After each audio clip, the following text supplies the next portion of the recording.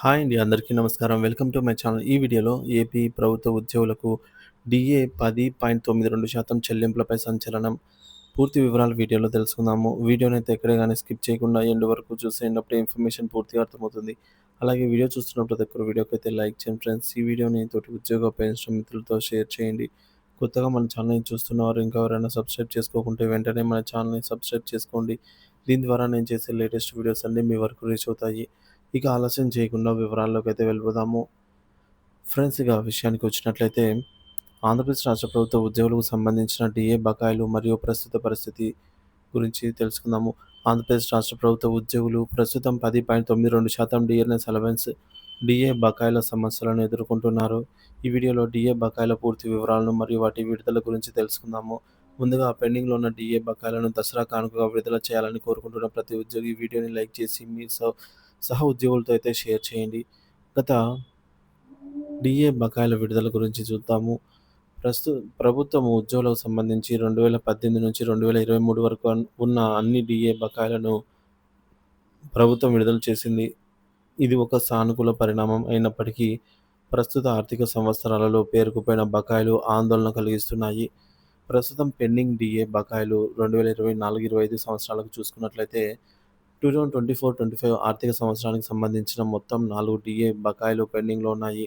కేంద్ర ప్రభుత్వం విడుదల చేసే డీఏ ప్రకారంగా రాష్ట్ర ప్రభుత్వాలు తమ ఉద్యోగులకు డీఏ ఇవ్వాల్సి ఉంటుంది. ఈ విధానం ప్రకారంగా కేంద్ర ప్రభుత్వం 1% డీఏ ఇస్తే రాష్ట్ర ప్రభుత్వాలు 0.91% డీఏ ఇవ్వాలి.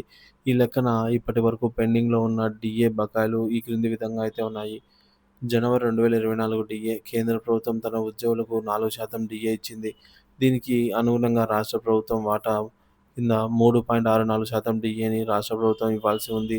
అంటే ప్రతి ఒక్క శాతం కేంద్ర ప్రభుత్వం ప్రకటించిన డీఏకి రాష్ట్ర ప్రభుత్వం 0.91% ఇవ్వాలి. కాబట్టి 4%కి 4%లో మనకు ఈ యొక్క 0.91%తో చూసుకున్నట్లయితే ప్రతి ఒక్క పర్సెంట్‌కి 3.64% అవుతుంది. సో, ఇది రాష్ట్రం వాటా. ఇక 2024 జూలై డీఏ కాలానికి సంబంధించి 2.73% డీఏని ఇవ్వాలి. జనవరి 2025 డీఏ కాలానికి సంబంధించి 1.82% డీఏని ఇవ్వాలి. జూలై 2025 డీఏ కాలానికి సంబంధించి 2.73% డీఏని ఇవ్వాల్సి అయితే ఉంది. సో, ఇక్కడ మనకు డీఏ ప్రకటించకుండా పెండింగ్‌లో ఉన్నటువంటి డీఏలే 4 అయితే ఉన్నాయన్నమాట. సో, ఈ 4 మనకు గత డీఏలు 2023 జూలై వరకు ప్రకటించడం జరిగింది. అంటే మనకు 33.67% డీఏ అయితే ప్రెజెంట్ తీసుకుంటూ ఉన్నాము. దీనికి సంబంధించి దీని తాలూకా ఏ ఒక్క అరియర్‌ని కూడా ఇంతవరకు విడుదల చేయలేదన్నమాట. వీటి తాలూకా అరియర్స్ అయితే అన్నీ అలాగే పెండింగ్‌లో ఉంచేసింది రాష్ట్ర ప్రభుత్వము. ఈ అరియర్స్‌తో పాటుగా ఈ 4 డీఏలు అయితే పెండింగ్‌లో ఉన్నాయి ప్రెజెంట్. సో, ఈ 4 డీఏలను కలుపుకుంటే రాష్ట్ర ప్రభుత్వ ఉద్యోగులకు ఏపీ ప్రభుత్వం చెల్లించాల్సిన మొత్తం పెండింగ్ డీఏ 10.92% అయితే ఉంది. కొత్త ప్రభుత్వం మరియు డీఏ బకాయిలు. కొత్త ప్రభుత్వం అధికారంలోకి వచ్చిన తర్వాత ప్రభుత్వ ఉద్యోగులకు సంబంధించి ఒక్క డీఏ బకాయిని కూడా విడుదల చేయలేదు. ఉద్యోగులకు ప్రతి నెల 1వ తేదీన జీతాలు ఇస్తున్నప్పటికీ మేనిఫెస్టోలో ఇచ్చిన ఏ ఒక్క హామీ కూడా ఇంకా నెరవేర్చలేదు. మేనిఫెస్టో హామీలు మరియు వాటి అమలు. మేనిఫెస్టోలో ఇచ్చిన ప్రధాన హామీలలో భాగంగా 12వ పీఆర్సీకి సంబంధించి కమిషన్ నియమించడము, ఈలోగా 30% మధ్యంతర భృతి ఐఆర్ ప్రకటించడము మరియు ప్రతి సంవత్సరం పెండింగ్‌లో ఉన్న డీఏ బకాయిలను క్లియర్ చేయడం వంటివి అలాగే ఉన్నాయి.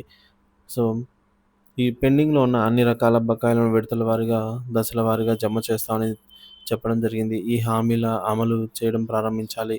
ఇప్పటికే సంక్షేమ పథకాలపై దృష్టి పెట్టినటువంటి ప్రభుత్వం మేనిఫెస్టోలో ప్రకటించిన విధంగా సంక్షేమ పథకాలను పూర్తి చేసింది. ప్రతి ఒక్క సంక్షేమ పథకాన్ని కూడా పేదలకు అందించడం అయితే జరిగింది. ఇక తక్షణ చర్యలు అవసరము. రాష్ట్ర ప్రభుత్వం ఉద్యోగులకు సంబంధించి పెండింగ్‌లో ఉన్న అన్ని అంశాలను ఇప్పుడు దసరా పండుగ పురస్కరించుకొని ఒక్కొక్కటిగా క్లియర్ చేయాలి. మొత్తం మీద పెండింగ్‌లో ఉన్న 10.92% డీఏ బకాయిలను తక్షణమే విడుదల చేయాలి.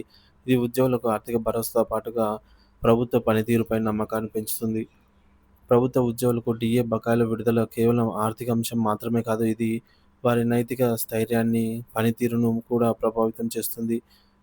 ప్రభుత్వం ఈ అంశంపై తక్షణమే దృష్టి సారించి ఉద్యోగుల పెండింగ్ బకాయిలను విడుదల చేయాలని అయితే ఆశిస్తూ ఉన్నారు.